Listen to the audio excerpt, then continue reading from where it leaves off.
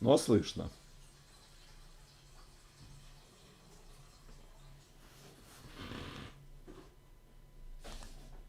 По-моему, поехал.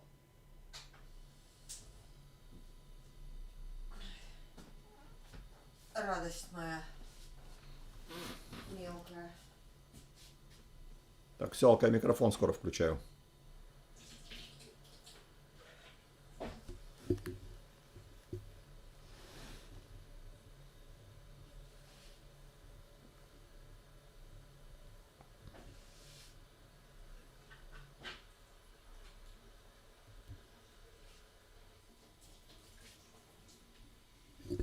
Давайте чуть позже перезвоню, а то я в эфире сейчас буду.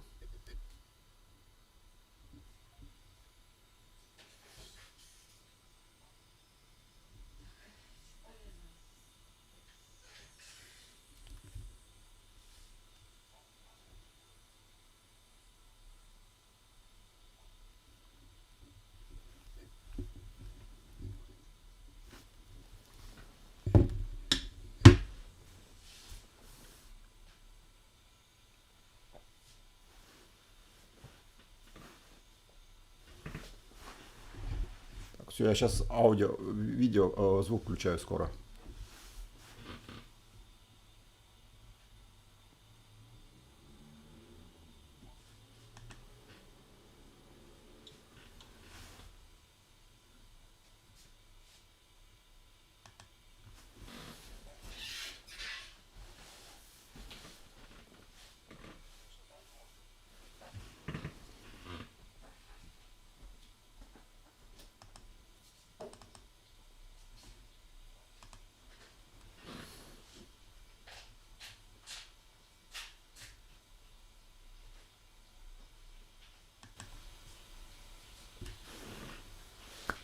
Okay, good morning, dear colleagues. Today we will discuss about next very interesting and very important topic in the medicine. It's pain.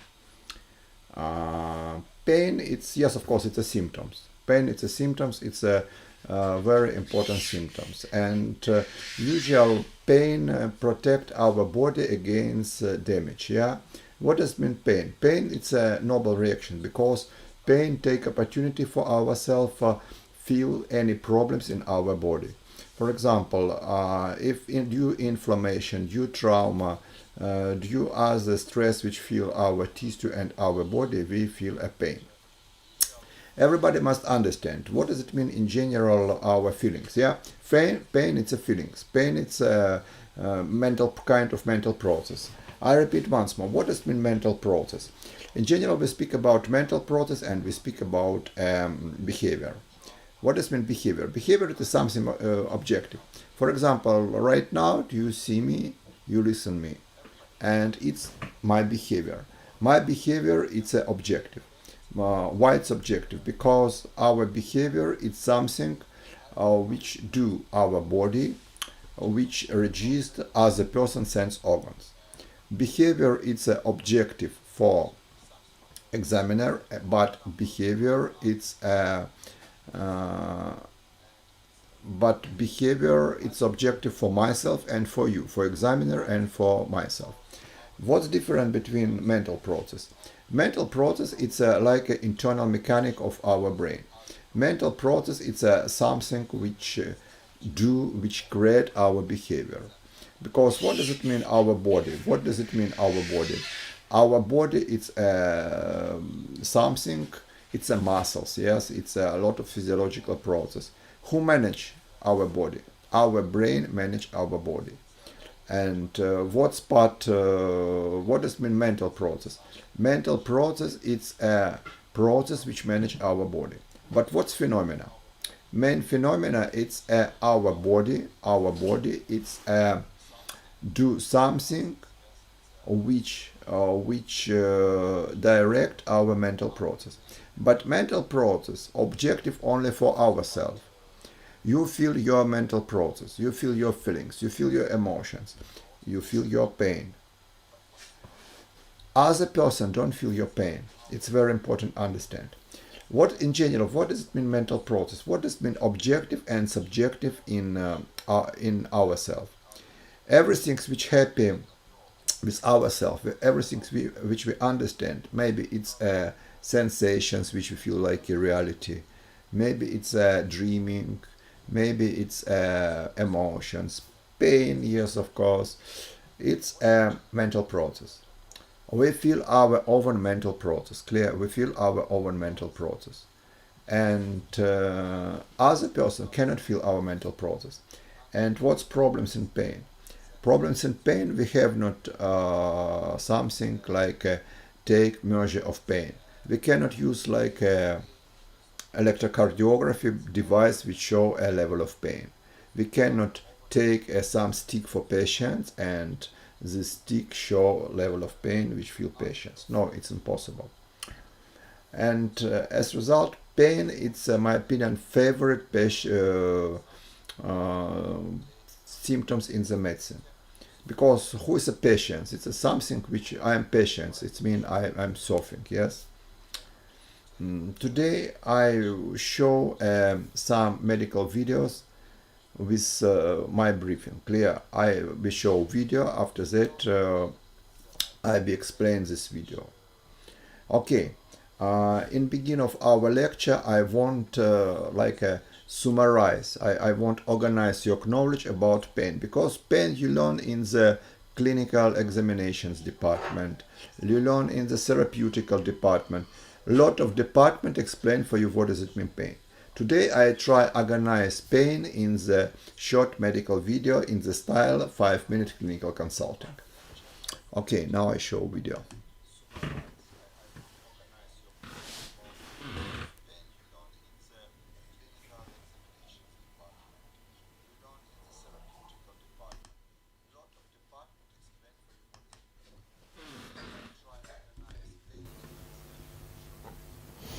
Well, whatever field of clinical practice you work in, it's a guarantee you are going to come across patients in pain. Whether you work in acute care, in the surgical setting, in the A&E setting, elderly care, community care, palliative care, wherever you work, there are going to be patients in pain. So it's fundamental that we must understand something about pain, how we assess it, and how we're going to treat it. We have to have a feel for this subject of pain. So let's just start off with a bit of an introduction, and we'll look at some terminology and a few basic concepts. Now, pain is described as nociceptic, or one type of pain is described as nociceptic pain. So what do we mean by nociceptic pain? Well, the nociceptors are free nerve endings in tissues, and they're connected up to the central nervous system, but they're free nerve endings that are sensitive to pain. And they're actually sensitive to tissue damage. So when there's an impulse to the tissues that's bad enough to start damaging those tissues, the nociceptors will generate a brand new nerve impulse, which will take an electrical nerve signal up to the brain, where it will be interpreted and felt as pain. And this process, whereby a nociceptor experiences an external stimulus and generates a new nerve impulse, a brand new nerve impulse, that is called transduction. So new nerve impulses are transducted from environmental stimuli in the nociceptors, generating brand new nerve impulses that then go off to the brain. Now, you might have noticed it hurts if someone pokes you in the kidneys. Very painful. Well, the reason for this is the renal capsule is very rich in nociceptors. It contains a lot of nociceptors, so a stimulus to the renal capsule is going to cause pain. If you've broken a bone, you know that's very painful. Or even if you bash your shin, that's very painful, because the periosteum contains a lot of nociceptors. It's rich in nociceptors, so that tissue is able to generate a lot of pain. The dermis of the skin contains a lot of nociceptors. That's why it hurts so much if you cut yourself or graze your skin or get a burn. It's the nociceptors in the dermis that are generating the pain. Patients don't like arterial punctures. because arterial walls contain a lot of nociceptors. The parietal pleural membranes contain a lot of nociceptors. That's why chest drains are so painful. And the peritoneal membranes, particularly the outside peritoneal membrane, contains a lot of nociceptors. So the outside pleural membrane, the outside peritoneal membrane, containing a lot of nociceptors, giving rise to a lot of pain. But other tissues contain very few or no nociceptors. So you might, for example, have seen a biopsy from the inside of the stomach where a bit of gastric mucosa can be ripped out to take a biopsy, and the patient doesn't flinch, they don't feel it, because that inside layer doesn't contain nociceptors, so it doesn't generate pain when it's damaged. And the really clever thing about transduction in nociceptors is that when a new nerve impulse is generated, the nociceptor will depolarize. There will be a reversal of the polarity, and that will be transmitted from the nociceptor up towards the central nervous system and towards the brain. But that transduction, that depolarization that generates a new nerve impulse, the threshold for when that new nerve impulse is generated is set at where the tissues are starting to be damaged. Because what pain is for is to prevent tissue damage. That's the main reason we feel pain, to prevent tissue damage. So most people, if you put their hand in water at 45 degrees centigrade, they'll be able to tolerate it for a little while, then they'll say, oh, this is starting to hurt, and they'll take it out. Because if your hand is at 45 degrees centigrade for a period of time, the tissues of your hand will start to be damaged. So the pain is generated at the same point that the tissues start to be damaged. But if you think about it, if you splash boiling water on yourself, well, that's going to be very painful straight away. That's because boiling water will damage the tissues very quickly, and you're immediately going to get tissue damage. So you're immediately alerted with a painful stimulus going to the brain. As the nociceptors depolarize, they transduce the environmental stimulus into an electrical nerve impulse. But the threshold is set just where we need it to protect the tissues. So pain can be nociceptic from the nociceptors. And this is the most common sort of pain we come across. But pain can also be neuropathic. Now, neuropathic comes from the nerves themselves. So nociceptic pain starts with a nociceptor, but if you, for example, if you've bashed your funny bone, that can hurt, can't it? Because that's where the ulnar nerve goes round about your elbow joint. And that's a form of neuropathic pain. The pain is coming from the nerve rather than coming from the nociceptors. So pain can be nociceptic or neuropathic. And the experience of pain is not constant. For example, there's a condition called hyperalgesia. Now, algesia means pain. And if a tissue is inflamed, for example, there will be hyperalgesia. A particular stimulus is going to cause pain, whereas that particular stimulus would not. The nociceptors can be sensitized, so transduction occurs more readily. The depolarization threshold of the nociceptors will be lowered, meaning a particular stimulus which normally doesn't cause pain will cause pain because we've got hyperalgesia. So, for example, if you've ever had a urinary tract infection, the mere fact of passing urine causes dysuria, painful burning experience, because the tissues are inflamed, and just the normal passage of urine is enough to cause quite a lot of pain because there's hyperalgesia in those tissues. Or if you've seen patients with arthritis, painful joints, a movement that for you causes no pain at all, for that patient can cause a lot of pain because the joint capsules, which are rich in nociceptors, are hyperalgesic.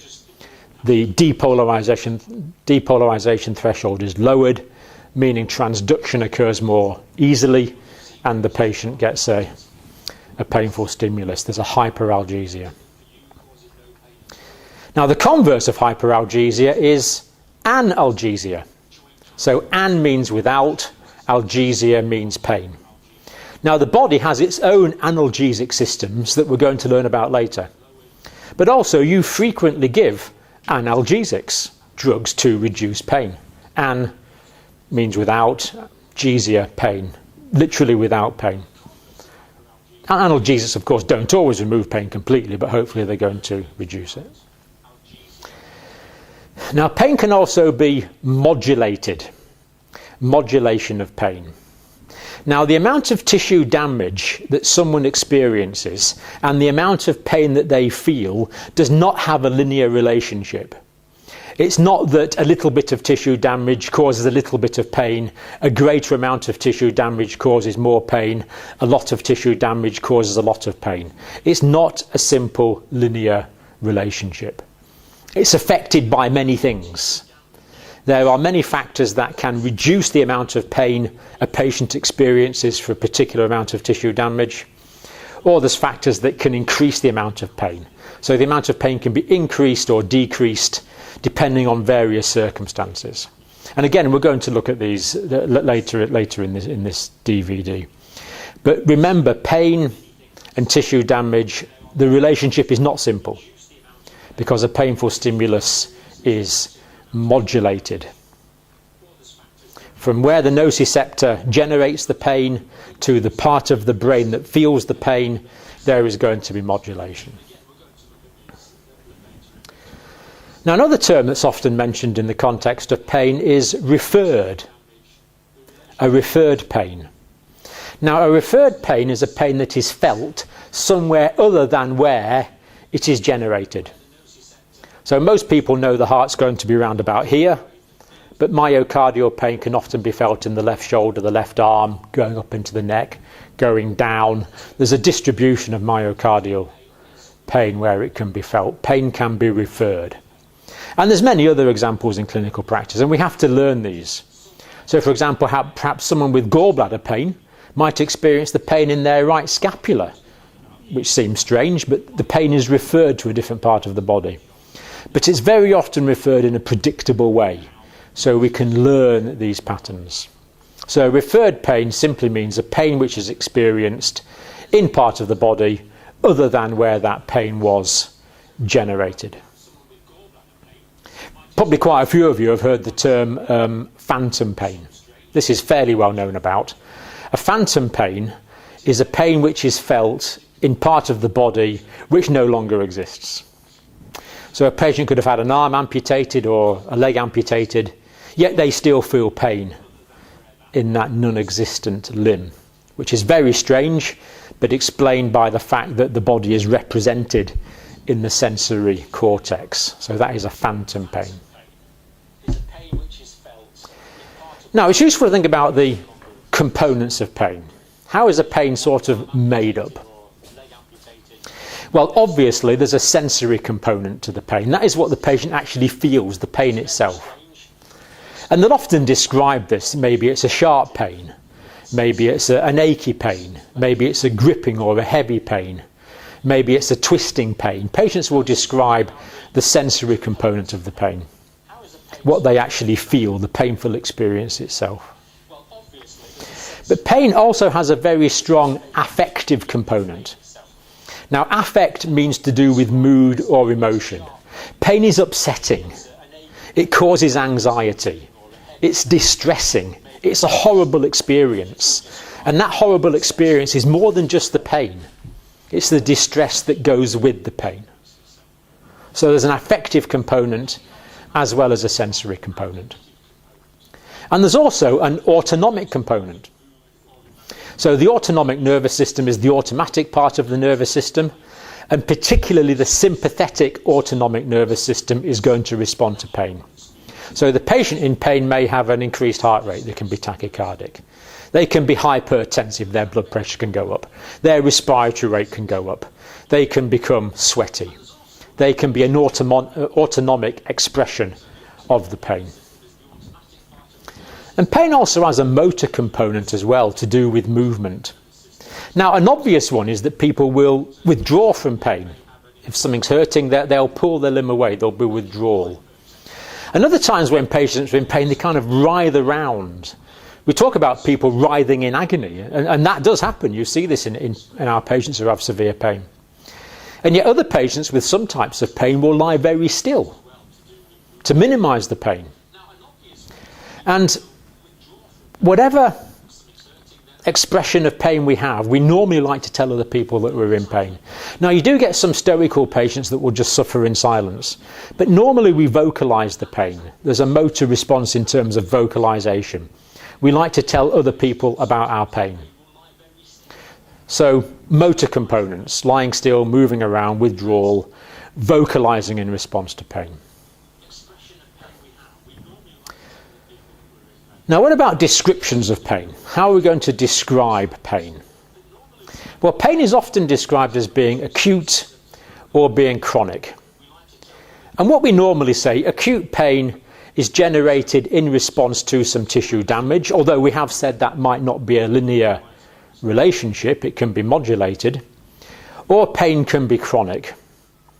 And what we do here is we just make up a completely arbitrary period of time, and we say that a chronic pain is a pain which has been there for more than 3 months. It's a fairly arbitrary distinction, but it's what we normally say.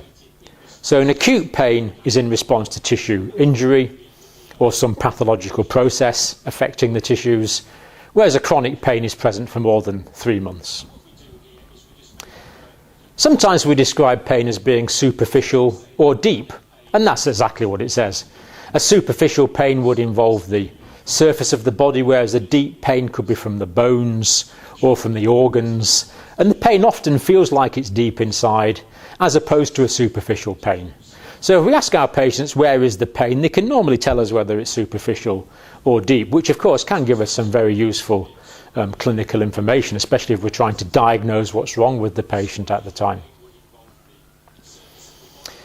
Now, another useful concept is pain threshold, the pain threshold. The pain threshold is the point at which the patient first becomes aware of the pain.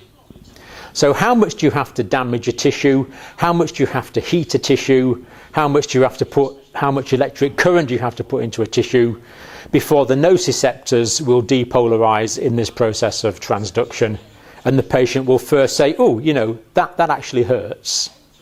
So that's pain threshold, the point at which a pain first starts to hurt. And I think the last thing I'll mention in this introduction is pain tolerance. Pain tolerance. Now, pain tolerance is exactly what it says. It's the amount of pain a patient can tolerate before they will ask you to stop inflicting that pain. So this is done experimentally. You can be inflicting pain on someone experimentally. The point at which they draw their hand away or say, no, can you stop doing that now, please, is the point at which they're not tolerating the pain. They've reached their pain tolerance. But of course, if someone's traumatized or badly injured, their pain tolerance can be surpassed, and yet the patient is not in a position to say, oh, that hurts, stop that pain now, please. The pain will still persist. So patients can suffer pain beyond what they can tolerate, and yet they have to tolerate it. And of course, that's where you come in, to take that pain away or to reduce it and to make it tolerable again.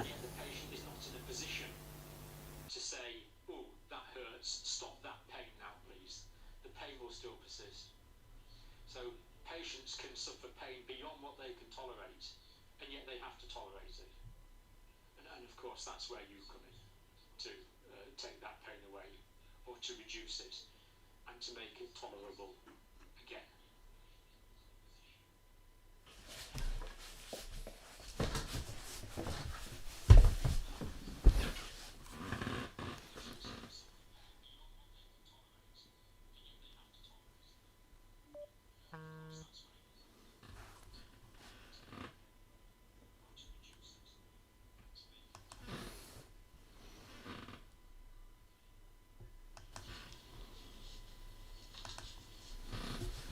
Okay, dear colleagues, my opinion very interesting, but now I think this medical video organize your knowledge about pain. What's important about pain? Pain, first, it's a symptoms. Yes, pain is a symptoms. And now you understand type of receptors. Now you understand classification of pain, yes, and now you understand like mechanism for what purpose. Stop. I'm sorry. Now I switch. Yeah. Now I switch on. Sorry. Now I switch off audio in my phone. Okay. Now you understand a lot of things about pain. I think you know all of these terms. Majority of these terms you know, but this video organized everything in one very brief items, very understandable items. Okay. Types of pain receptors. What name of pain receptors?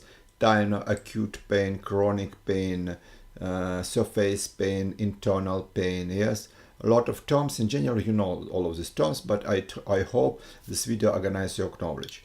Now, next video, my opinion, next video be very useful for you too, and for me.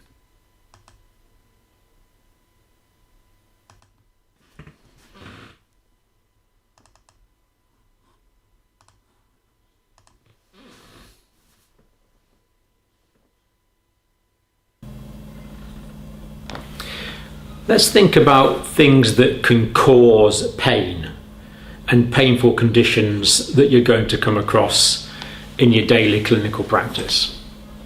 Now, an obvious cause of pain is inflammation. Inflammation is going to cause pain whether the inflammation has a chemical cause, a thermal cause, whether it's caused by radiation, whether it's caused by an immunological reaction, or what you might see most frequently is caused by infection. So inflammation is going to release inflammatory mediators into the tissues. That's going to sensitize the nociceptors. It's going to lower the depolarization threshold of the nociceptors. There's going to be hyperalgesia, and there's going to be pain. So very often, if a wound isn't painful, it's not infected. It's not an absolute rule, but if a wound does become painful, consider infection. Not that it's the infection itself that's causing the pain, it's the inflammation. So inflammatory conditions are very often painful conditions. The next one probably to mention is oxygen deficiency and ischemia. Now, if there is ischemia to any tissue of the body, that's going to reduce the amount of oxygen that's getting through to that part of the body. That's likely to mean that the metabolism in that area is going to change from aerobic to anaerobic. And with anaerobic metabolism, we're going to get the production of lactic acid, and there's going to be free hydrogen ions in the tissue. And these hydrogen ions stimulate the nociceptors and cause pain. So any hypoperfusion or ischemia can lead to oxygen deficiency, localized hypoxia, localized acidic formation, hydrogen ions and lactic acid in the area. There's going to be a lack of oxygen, hypoxia, anaerobic metabolism. And this is what causes cramp. This is what can cause cramp in a muscle. Or a classic pain that's caused by ischemia, of course, is myocardial ischemia, giving rise to angina pectoris. Or there could be ischemia in a wound, resulting in more wound pain. This is often why arterial ulcers are more painful than venous ulcers, because there's an ischemic component as well as the wound itself. So inflammation, oxygen deficiency and ischemia. And kind of tied in with the oxygen deficiency and ischemia, but we can include this as a separate category, we could talk about spasms and colic. Now, what does the word colic actually mean? Well, colic actually means pain in a hollow organ. Pain in a hollow organ. So you might have come across patients with renal ureteric colic or biliary colic. Or indeed, you might have come across people with labour pains. That's actually a spasm and a colic. So what's happening here is that there's a hollow organ with muscular walls, and the muscles go into spasm. There's a spasm of the muscles. For example, if this is biliary or ureteric colic, there'll be some calculi inside that the muscle wall of the ureter or the bile ducts can't squeeze down, so they're going to spasm to try and get it down. And if the muscle goes into spasm, that's going to increase the workload of the muscle. So the muscle is going to be working harder. It will increase the oxygen demand of that muscle, making anaerobic metabolism more likely. But at the same time, if you think that that's a muscle spasming, then there has to be blood vessels, in this case represented by my fingers. There has to be blood vessels going through that muscle to perfuse that muscle. And if the muscles go into spasm, I'm now squashing my fingers. It squeezes your fingers. So the muscle going into spasm is squeezing shut the blood vessels that go through that muscle, further reducing its blood supply, making it ischemic. So in the spasm, the very time the muscle needs more oxygen, it's getting less oxygen because it's spasming down on its own blood supply. So colic, spasms, renal colic and biliary colic are two of the worst common pains that we see on medical wards actually. These are agonizing conditions. So treat these patients very sympathetically and treat the pain very aggressively. Now another source of pain is serous membranes. So as you know, round about the lungs we've got the parietal and visceral pleural membranes. Round about the abdomen we've got the peritoneal membranes. And the parietal membranes, particularly the ones on the outside, are very sensitive to pain.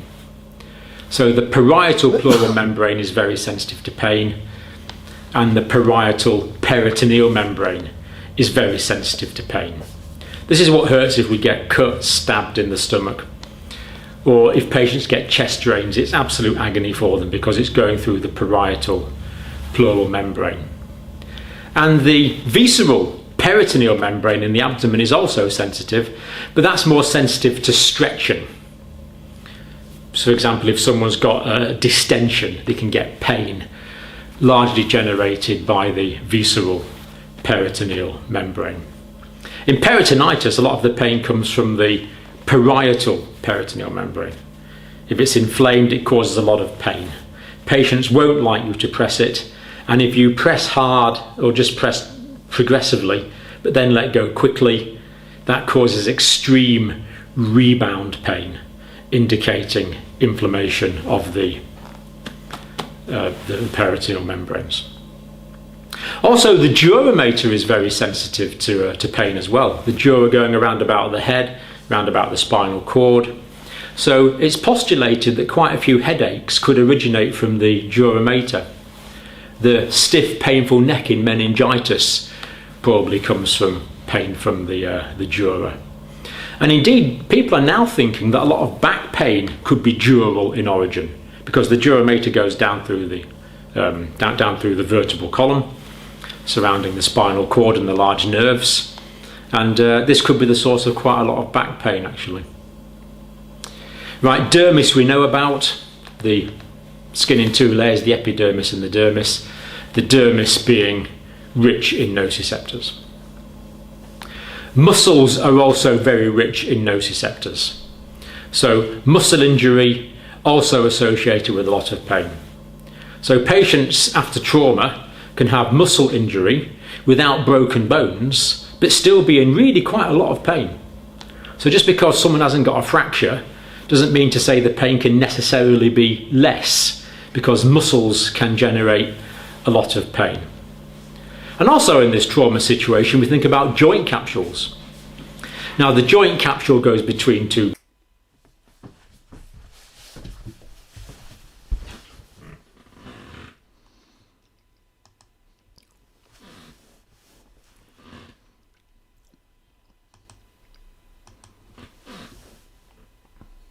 I'm come back.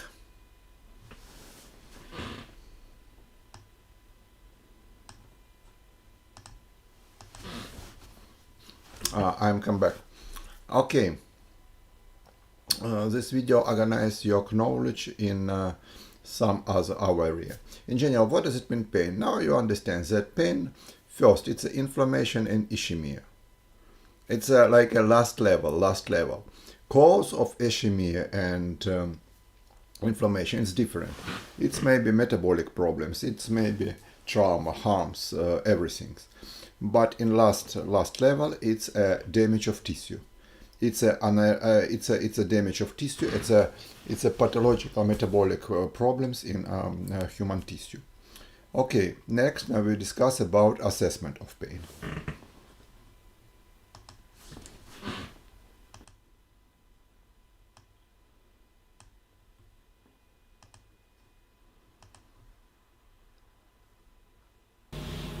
So how are we going to assess the amount of pain one of our patients is in? Well, usually the answer to this question is remarkably simple. Now let me ask you, is pain a sign or is pain a symptom? Well, obviously pain is a symptom. It's not something we see, it's something the patient reports to us. And this takes us way back to 1968 and the most famous quote in pain management from Margot McCaffrey. And it goes something like this: pain is whatever the patient says it is, existing wherever and whenever they say it does. So if the patient says to me, I've got a pain, that means they've got a pain. If the patient says to me, I've got a really bad pain, that means they've got a really bad pain. If the patient says the pain's in my elbow, that means the pain's in their elbow. It's that simple. The patient is the only arbiter and judge of their pain, and we have to believe them. It's that simple. Or is it that simple? Because nurses and doctors are absolutely rubbish at believing their patient's pain very often. Very often you'll be talking to a patient, you'll assess their pain in great detail, and at the end of it they'll say something, you know, that is such a relief that someone at last believes me, that my pain is real. This means they've been to nurses and doctors who really don't believe they've got pain. Absolutely terrible. We have to believe our patients. If the patient says I've got a problem, they've got a problem. It's that simple. Don't complicate it. Now I know you get conditions like Munchausen's where the patients say they have pain and they don't have pain, but not very many. Not very many. In my experience, there's probably more patients underreport pain than overreport pain. So don't worry about the obscure conditions, just worry about the 99.9% of your patients and believe exactly what they say. Pain is whatever the experiencing person says it is, existing whenever they say it does, at whatever level they say that pain is existing. It really is quite simple. Now, what else can we say about pain? Well, we should assess pain when the patient is at rest and when the patient is moving. Now, this can be particularly important in the surgical situation, in the post-operative situation. A patient might be lying there perfectly still and in bed, and their pain can be low. But then when they move, or when they cough, or when they take a deep breath, the pain shoots up and gets way worse. So there's no point you assessing the pain when they're lying there still. Because if they can't deep breathe and they can't cough, they're going to get hypostatic pneumonia and die. If they can't move the legs, they're going to get a deep venous thrombosis and a pulmonary embolism and they're going to die. If they can't move, they're going to get pressure sores and infections and osteomyelitis. All the complications of immobility. So we have to assess pain when the patient is still and when the patient is undergoing activity, like deep breathing or coughing. Another thing to assess pain is before and after analgesics. So we want to know what level the patient has before we give analgesics, especially in the acute care situation. And we want to know how much pain the patient has got after the analgesics. That way we can evaluate the effectiveness of our analgesic intervention. We have to know if things are working or not.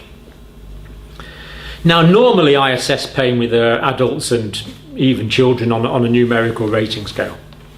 And it's as simple as this. 0 is no pain, 10 is the worst possible pain you've ever experienced. What number is your pain? And as long as we take our time to communicate with our patients on this, an individual patient will usually be quite consistent. So before analgesics, their pain was a 6. After analgesics, hopefully their pain's down to a 2 or 1. One patient can be quite consistent with a numerical rating scale. 1 to 10, I normally find the most effective. But you can have visual analog scales as well. Sometimes you'll have, for children, you'll have like a very crying face and a not so crying face and a normal face and a happy face. And you can ask them to say where they are on that continuum. Or you can have a line, really bad pain, no pain at all, and just ask the patient to mark where they are on it. That's another way to do it. Or you can have a verbal rating scale. Would you say you have no pain, mild pain, moderate pain, or severe pain? That's another way you can do it. Of course, some patients have more than one pain. And if they have more than one pain, if they have pain in 2 parts of the body, then we should assess each pain separately and monitor the progress or deterioration of each pain separately, and also monitor the effects of analgesia on each pain separately. Now, everyone in the world who does any clinical work at all knows what PQRST is. P is atrial contraction, QRS is ventricular contraction, T is repolarization of the ventricles. Everyone knows that. They don't stand for anything in the cardiac cycle, they're just PQRST, they're randomly assigned letters. But it's quite good for assessing pain. We can write down PQRST and then assess the patient's pain using the PQRST of pain. And P stands for provoking factors. Tell me, what is it that makes the pain worse? Is there anything makes it better? Is there anything brings it on? Is there anything that relieves your pain? What are the provoking factors? The P of pain. Q is for quality. Tell me about the quality of your pain. Is it deep or is it superficial? Is it crushing? Is it sharp? Is it dull? Is it gnawing? Is it burning? Tell me about the quality of your pain. PQR. R is for region and radiation. So where is the pain? You can even map that on a body outline if you want. Where is the pain? Whereabouts is it? How much area is it occupying? And is it radiating anywhere? Is it referring anywhere? So region, radiation, referral. Where's it going? Does it start somewhere and then go somewhere else? Region, radiation, referral of the pain. S is for severity. How bad is the pain? And for that we can use the numerical rating scales we've just discussed. T is for times. What are the timings of the pain? When does it come on? How long does it last for? How frequent is the pain? The PQRST of pain. And by the time you've sat down and gone through all those with your patient, we can learn quite a lot of clinical diagnostic information about that. From that, we can start to infer what's wrong with our patients. And the fact that you've done that in detail means the patient will really get the benefit of believing that you are taking the pain seriously. And as we've already said, that can help. Now, I'm not saying there's no signs of pain at all. There can be autonomic changes. So classically, in pain, we are taught that the heart rate goes up, the blood pressure goes up, the respiratory rate goes up, and the patient becomes sweaty. What you would expect from sympathetic stimulation. And this is very often true. When someone's in acute pain, typically their heart rate goes up, their blood pressure goes up, their respiratory rate goes up, and they become sweaty. But it's also possible that in pain, the vasovagal parasympathetic effect can predominate. So some patients in pain will get sympathetic stimulation, yes. Other patients will get a parasympathetic vasovagal sort of response, mediated by the vagus nerve, which of course is the 10th cranial nerve, the body's main parasympathetic nerve. What will that do to your heart rate? What will vagal parasympathetic innervation do to your heart rate? Well, that'll slow it down, won't it? It'll allow your blood vessels to dilate. It'll reduce your respiratory rate. So actually, with a vasovagal response to pain, you're actually going to get a hypotensive bradycardic response. And there's been some recent research carried out on this, actually. People who have what's described as an extrovert personality tend to get hypertension and tachycardia with pain. People who are described as a neurotic personality type, very often the blood pressure goes down and the pulse goes down. Quite how you define those personality traits, you'd have to do psychology tests. But the point is, know this. Clinically, you need to know this. Very often when patients in pain, yes, their blood pressure will go up and their heart rate will go up. But in a fair old sized minority of patients, in many patients, when they're in pain, the heart rate will go down, they'll vasodilate, the blood pressure will go down, and of course that makes them feel faint. You can have a syncope with pain mediated by vagal parasympathetic activity. Children, of course, are very hard to work with if they're young children. In my experience, the main way I can tell a child is in pain is by the type of cry. Now, I remember when I was a young student, I was on a ward with two very experienced paediatric nurses. A child would start crying and they'd say, "Don't worry, that's not a painful cry." Another time the child would cry and they'd say, "Oh, that's a painful cry." You just get to know the difference. There's painful cries and non-painful cries. So if you're working with children, that is the sort of thing you'll get to know. Look at their facial expressions, the crying, the physical movement, and their vital signs. But it is hard to tell with children, so we need to assume that they are in pain whenever there's any reason to do so. And of course, neonates, young children who can't yet speak, feel just as much as pain as anyone else. And it's absolutely horrendous to think that not that long ago, maybe as late as the 1970s, you actually had anaesthetists who believed that children didn't feel pain. Now this is a horror story, but they believed that young children couldn't feel pain, therefore you don't need to anaesthetise them. Just give them a muscle relaxant so they don't squirm about. Don't worry about it because they don't feel pain. The criminal arrogance of that is just beyond belief. Thinking that I'm so clever I know someone else doesn't feel pain. Neonates do feel pain. And of course we now know that fetuses feel pain as well. Now you can argue about what stage of pregnancy the fetus starts to feel pain at, but there's no question that a fetus is sensitive to pain. In the later stages of pregnancy, there's no debate about it, in the third trimester. But nervous tissue develops from very, very early on in fetal development. So if there's any clinical procedures being carried out on a fetus, they should be anaesthetised just the same as anyone else should be anaesthetised.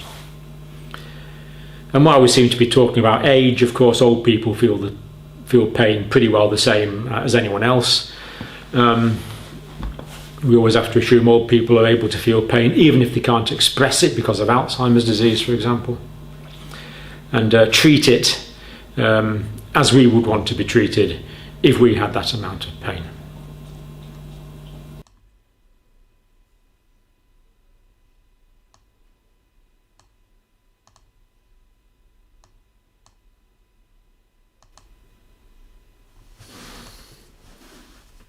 Okay, now you understand main rules of the pain medicine. In my opinion, it's a pain medicine because pain it's a favorite symptoms. Pain depend diseases. Pain depend patient's compliance, adherence of the patients in therapeutical compliance and adherence of the relations between doctors and patients. Additional materials and these materials I will upload in my website in the Moodle. I think during 2 weeks I complete develop a website with informations for this subject, palliative medicine, and you every time we watch these materials online and use it in other subject.